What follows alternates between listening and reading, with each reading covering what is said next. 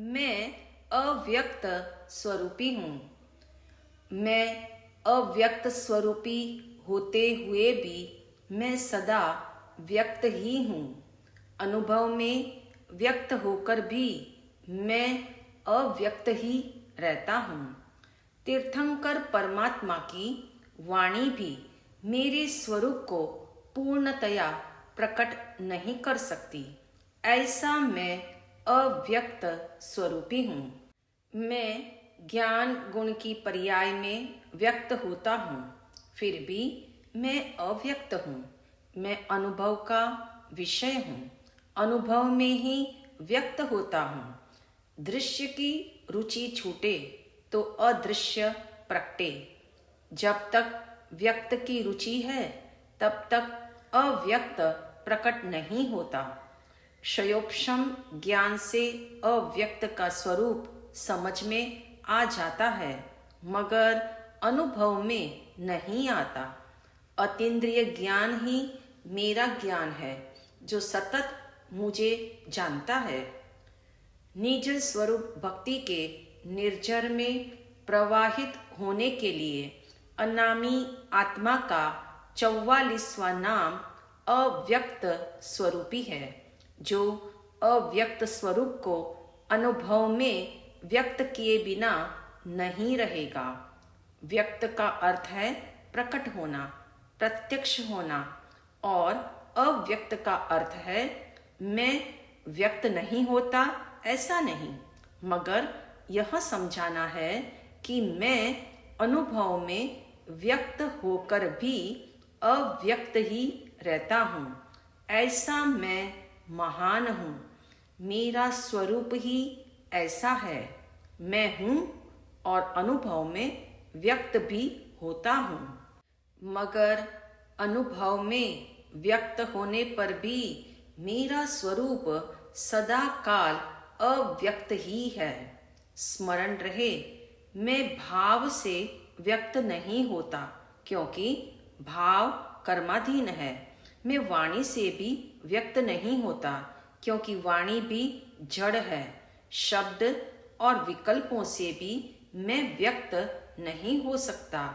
मैं अनुभव का विषय हूँ, इसीलिए मेरा मात्र अनुभव ही संभव है। जो अव्यक्त है उसे मात्र हमें फील करना है। इसके अलावा उसके बारे में जितना भी बताया जाए, सुना जाए, पढ़ा या लिखा जाए, तब भी सर्वत्र अधूरापन ही रहेगा। सचमुच मैं ऐसा अव्यक्त स्वरूपी हूँ, जिसकी महिमा को तीर्थंकर परमात्मा भी व्यक्त नहीं कर सकते, तो अन्य वाणी की क्या बिसात है। इसलिए मेरा अव्यक्त स्वरूप केवल अनुभव गोचर ही है, अर्थात अनुभव से ही उसका अनुभव हो सकता है। निज स्वरूप भक्ति के तले हम अव्यक्त स्वरूपी का चिंतन, मंथन एवं भक्ति इसीलिए कर रहे हैं ताकि अव्यक्त स्वरूप अनुभव में व्यक्त हो सके। मैं अपनी ज्ञान गुण की पर्याय में व्यक्त होता हूँ, फिर भी मैं तो अव्यक्त ही हूँ, क्योंकि मैं एक समय जितना नहीं हूँ। मैं पर्याय में आता नहीं हूँ। पर्याय में मेरा अनुभव होता है, इसीलिए मैं अव्यक्त स्वरूपी हूँ। ऐसे अपने स्वरूप की महिमा आए। तनिक विचार करो, कोई आपको कहे अमुक व्यक्ति में इतने गुण हैं कि मैं इसके गुणों का बखान शब्दों में नहीं कर सकता, तब वह व्यक्ति हमें कितना महिमावंत महसूस होता है। ऐसी महिमा अपने अव्यक्त स्वरूपी की आए, जिसकी महिमा का वर्णन अनंत तीर्थंकर मिलकर भी नहीं कह सकते। जितना बता सकते हैं उतना बताकर इसके आगे व्यक्त नहीं किया जा सकता, ऐसा कहा जाता है। खास बात तो यह है, अव्यक्त स्वरूप तो सदा ही व्यक्त है। अनादिकाल से आज तक नहीं जाना था मेरा स्वरूप अव्यक्त है, तब भी मैं तो अव्यक्त स्वरूपी ही रहा। कोई मेरा अनुभव करे न करे, मुझे पहचाने न पहचाने, तथापि मैं तो त्रिकाल अव्यक्त स्वरूपी ही हूँ।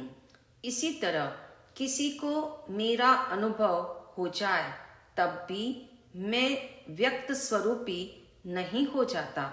मैं सदा अव्यक्त स्वरूपी ही हूँ। ऐसा रहस्य पकड़ में आए तो महिमावंत की महिमा क्यों नहीं आएगी। अव्यक्त स्वरूप में एक गहरा अर्थ यह भी निहित है, मैं हूँ। अर्थात अव्यक्त का मतलब ऐसा नहीं कि मैं नहीं हूँ, वरना ऐसा भाव ग्रहण न हो जाए कि जो चीज अदृश्य है, अव्यक्त है, अप्रकट है और शब्द, भाव, विकल्प आदि से पकड़ में नहीं आ रही है और तीर्थंकर की वाणी भी जिसे संपूर्ण रूप से बता न सकती हो, वह है भी या नहीं। इसलिए यह निर्णय करना, मैं अव्यक्त स्वरूपी होते हुए भी सदा व्यक्त ही हूँ। सदा से यहाँ अभिप्राय है पर्याय चाहे जैसी हो, अर्थात परलक्षी हो, स्वलक्षी हो, मैं तो सदा व्यक्त ही हूँ। इसलिए पर्यायों की फिक्र किए बिना मात्र अपने अव्यक्त स्वरूप का जोर आए तो निज स्वरूप भक्ति में वीर्योल्लास उछले बिना न रहे। अव्यक्त स्वरूपी का भाव सूक्ष्मता से ग्रहण करने हेतु यह समझना भी आवश्यक है। एक इंद्रिय ज्ञान है जिसे व्यक्त ज्ञान कहा, और दूसरा अतीन्द्रिय ज्ञान है जो अव्यक्त है। इंद्रिय ज्ञान अर्थात क्षयोपशम ज्ञान से जो व्यक्त हो रहा है वह मेरा स्वरूप नहीं है। 5 इंद्रियां एवं मन के माध्यम से जो ज्ञान प्रकट हो रहा है उससे अव्यक्त स्वरूप कभी भी अनुभव में नहीं आता। इस व्यक्त ज्ञान से अव्यक्त स्वरूप पकड़ में नहीं आता, वह अतीन्द्रिय ज्ञान से पकड़ में आता है। सावधान, ज्ञान तो एक ही है, समझने के लिए 2 किए हैं। जो ज्ञान मात्र मुझे ही जाने वह अतीन्द्रिय ज्ञान है। इसलिए मेरा ज्ञान अर्थात क्षयोपशम ज्ञान नहीं। अतीन्द्रिय ज्ञान का इंद्रिय ज्ञान से कोई संबंध नहीं। इसीलिए अतीन्द्रिय ज्ञान को भी 2 तरह से समझना। एक वह है जो त्रिकाल अतीन्द्रिय ही है, जिसमें मैं सदा ही व्यक्त हूँ, और दूसरा वह है जो पहले इंद्रिय ज्ञान था और बाद में अतीन्द्रिय हुआ। इंद्रिय ज्ञान से ही हम निज स्वरूप की भक्ति कर रहे हैं तो वह इतना स्वलक्षी हो जाए कि अव्यक्त स्वरूप अनुभव में आ जाए। एतदर्थ क्षयोपशम ज्ञान या इंद्रिय ज्ञान से आत्मा के स्वरूप को भली भांति समझकर अव्यक्त स्वरूपी की दिशा में गमन करना है। जो दृश्य है उसमें न उलझकर दृष्टा की ओर आएंगे तो इंद्रिय ज्ञान भी एक दिन अतीन्द्रिय हो जाता है। इसी का नाम अव्यक्त स्वरूप की अनुभूति है। स्पष्ट हो जाए, इंद्रिय ज्ञान हो या इंद्रिय ज्ञान अतीन्द्रिय ज्ञान हो जाए, मगर यह सब पर्याय में होता है। अर्थात पर्याय परलक्षी हो या स्वलक्षी हो, दुष्प्रभाव या सुप्रभाव मुझ पर नहीं पड़ता, ऐसा मैं अव्यक्त स्वरूपी हूँ। अव्यक्त स्वरूपी होने पर भी मैं सदा ही व्यक्त हूँ। इसे समझने के लिए सबसे पहले यह निर्णय करना होगा, इंद्रियों के माध्यम से जो भी जानने में आ रहा है वह मैं नहीं हूँ, वह मेरा ज्ञान नहीं है, क्योंकि मेरा ज्ञान वही है जो मुझे जानता है। इस तरह इंद्रिय ज्ञान के माध्यम से जो जैसा जितना भी व्यक्त हो रहा है उसे गौण कर दो, यानी वह मेरे स्वरूप में नहीं है। जो मेरे स्वरूप में नहीं है उसमें से अपनेपन का तार निकाल दो, अर्थात उसे न दृष्टि में लो न दृष्टि दो। तब परलक्षी पर्याय स्वतः प्रकट से अप्रकट की ओर आएगी। इस तरह परमुखी पर्याय ही स्वमुखी बनती है। इंद्रिय ज्ञान ही अतीन्द्रिय होता है। इसलिए कहा, ज्ञान दो नहीं है, एक ही है, उसकी दिशा दो है। इंद्रिय ज्ञान को गौण करने का एक तरीका यह भी है, इंद्रिय विषयों में उदासीन रहना। उदासीन शब्द उत प्लस आसीन, अर्थात इंद्रिय ज्ञान से जो भी जानने में आ रहा है उससे ऊंचा उठ जाना, अपने अव्यक्त स्वरूप की ओर आना। जो अव्यक्त है वह महान है। यह जो शरीर दिख रहा है वह दृश्य है, रूपी है। उसे गौण करो तो अदृश्य प्रकट होगा। ऐसा अभ्यास निज स्वरूप भक्ति के तले सुदृढ़ करने हेतु एक बार भजन के प्रवाह में प्रवाहित हो जाओ। अव्यक्त स्वरूपी हूँ, फिर भी मैं व्यक्त हूँ। अनुभव में व्यक्त होकर अव्यक्त ही हूँ। अव्यक्त स्वरूपी हूँ, फिर भी मैं व्यक्त हूँ।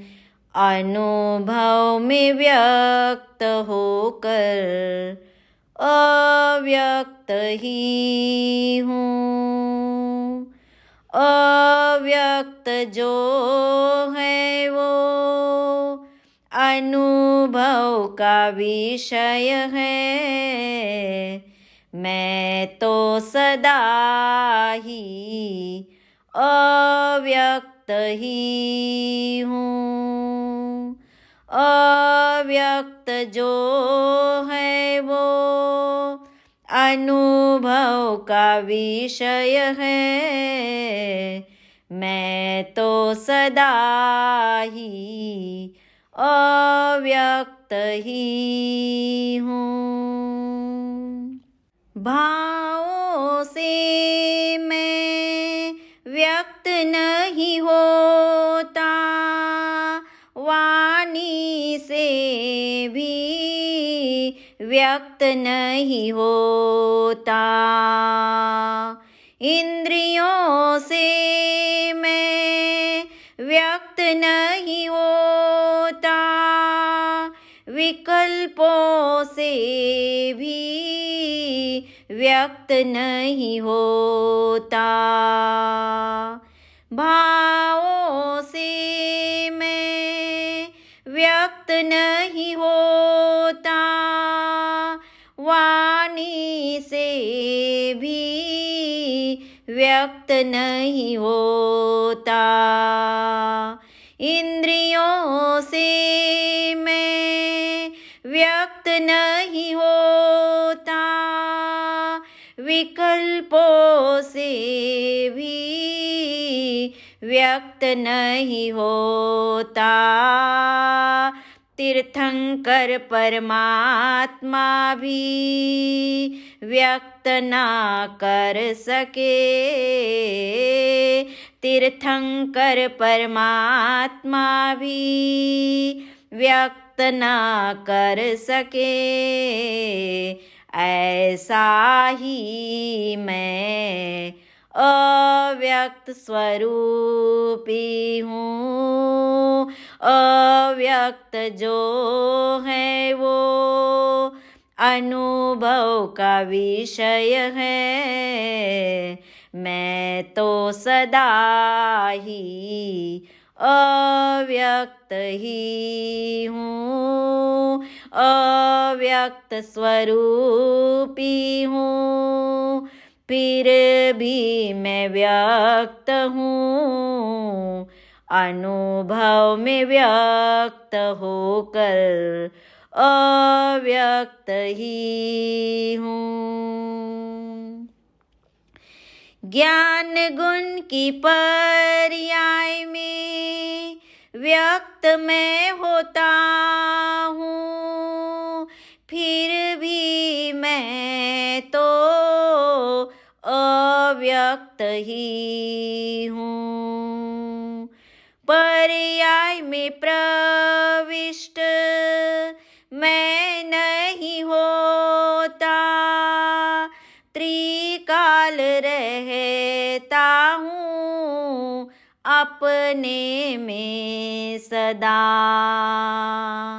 ज्ञान गुण की पर्याय में व्यक्त मैं होता हूँ, फिर भी मैं तो अव्यक्त ही हूँ। पर्याय में प्रविष्ट मैं नहीं होता, त्रिकाल रहता हूँ अपने में सदा। संपूर्ण रूप से मेरा स्वरूप तो संपूर्ण रूप से मेरा स्वरूप तो अनुभव में ही व्यक्त होता है। अव्यक्त स्वरूपी हूँ, फिर भी मैं व्यक्त हूँ।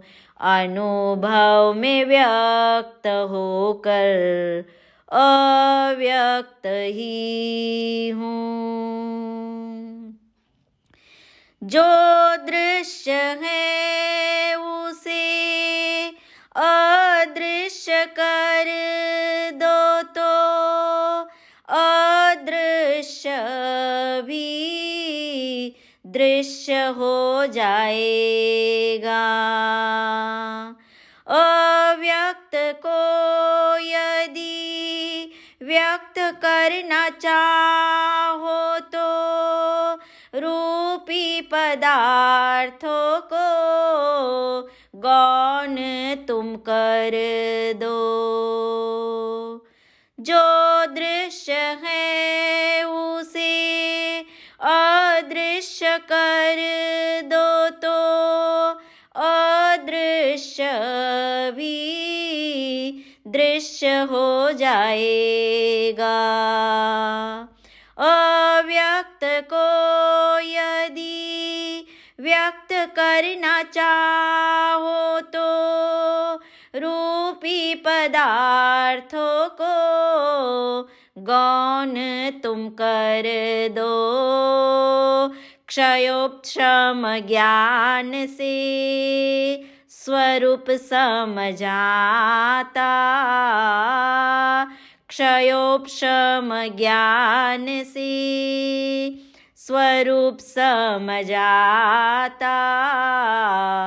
अतीन्द्रिय ज्ञान से ही अनुभव होगा। अव्यक्त स्वरूपी हूँ, फिर भी मैं व्यक्त हूँ, अनुभव में व्यक्त होकर अव्यक्त ही हूँ।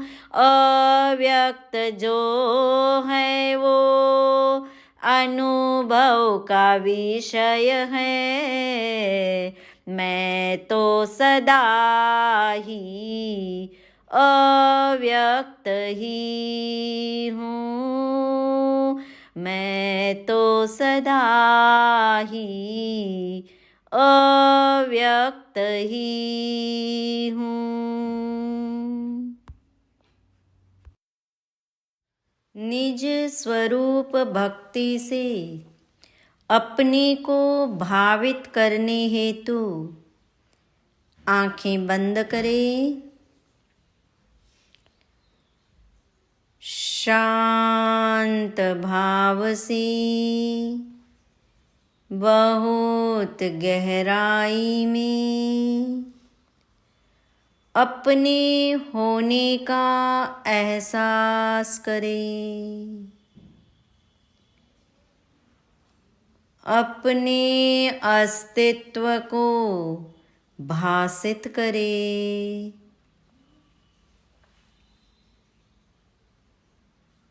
निर्णय पूर्वक अनुभव करें। मैं आत्मा हूँ।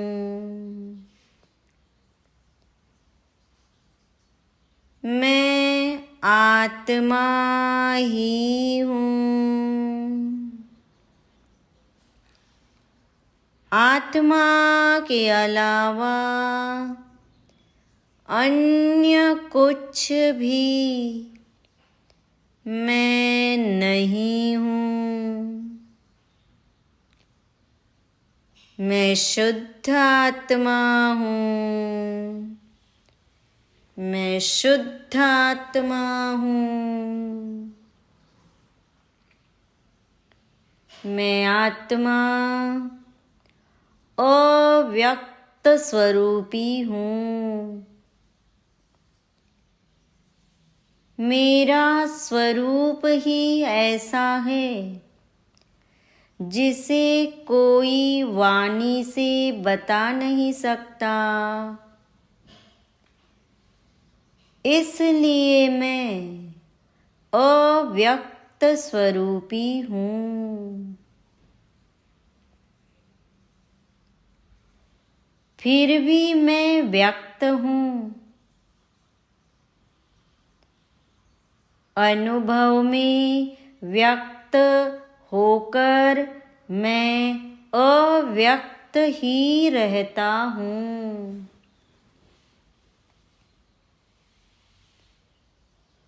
अव्यक्त जो है वह अनुभव का विषय है।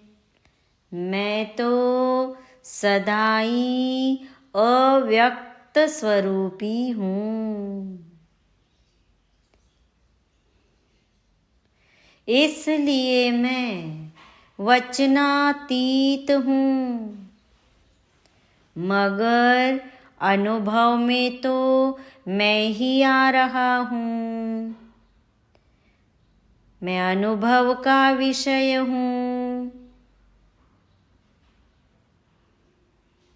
मेरा अनुभव जड़ से नहीं होता, जड़ में नहीं होता और जड़ के कारण भी नहीं होता। इसलिए पांचों इंद्रियां और मन वचन काया से मेरा अनुभव नहीं होता। ऐसा मैं अव्यक्त स्वरूपी हूँ।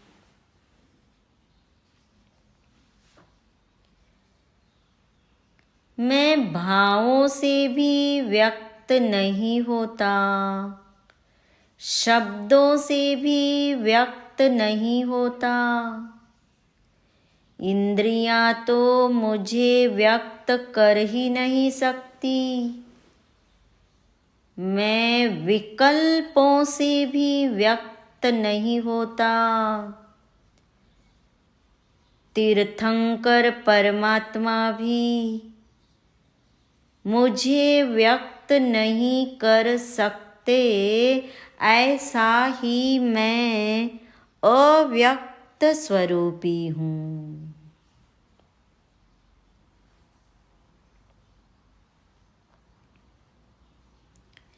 मैं वाणी से इसीलिए व्यक्त नहीं होता क्योंकि वाणी जड़ है।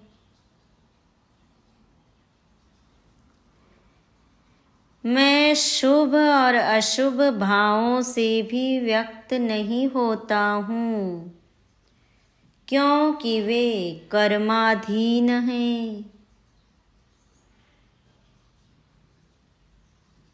इसलिए मेरे बारे में जितना भी बताया जाए, जितना भी सुना जाए, जितना भी सुनाया जाए, पढ़ा जाए या लिखा जाए, सब कुछ अधूरा है, अपूर्ण है।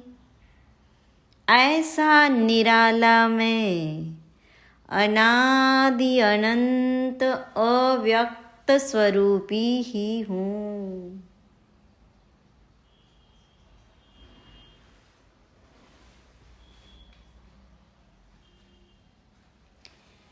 ज्ञान गुण की प्रत्येक पर्याय में मैं ही व्यक्त होता हूँ, फिर भी मैं तो अव्यक्त स्वरूपी ही हूँ।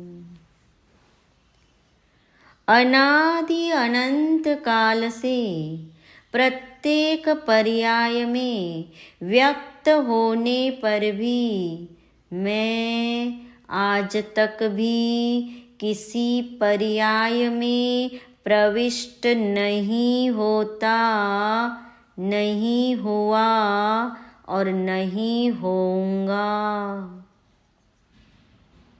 ऐसा मैं त्रिकाल सदा ही अपने में रहकर अव्यक्त स्वरूपी ही हूँ।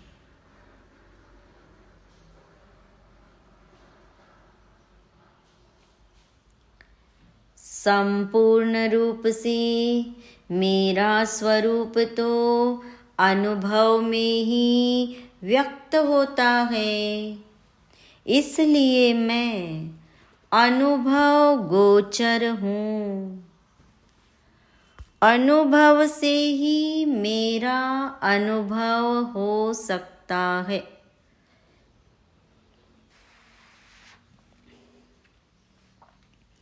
मैं ऐसा महिमावंत हूँ कि मेरे अनंत गुणों का बखान अनंत तीर्थंकर मिलकर भी नहीं कर सकते। वे भी मेरे स्वरूप को व्यक्त नहीं कर सकते।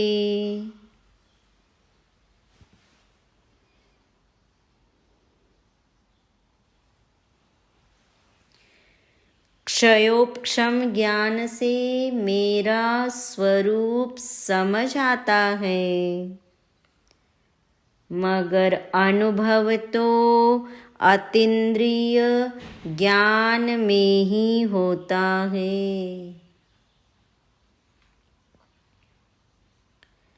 ऐसा मैं अद्भुत तत्व हूँ जो शब्दातीत है, जो वचनातीत है।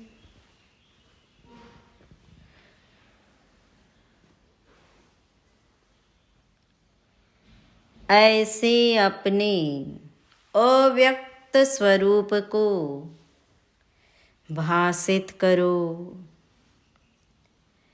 इस अव्यक्त स्वरूप की महिमा जागे,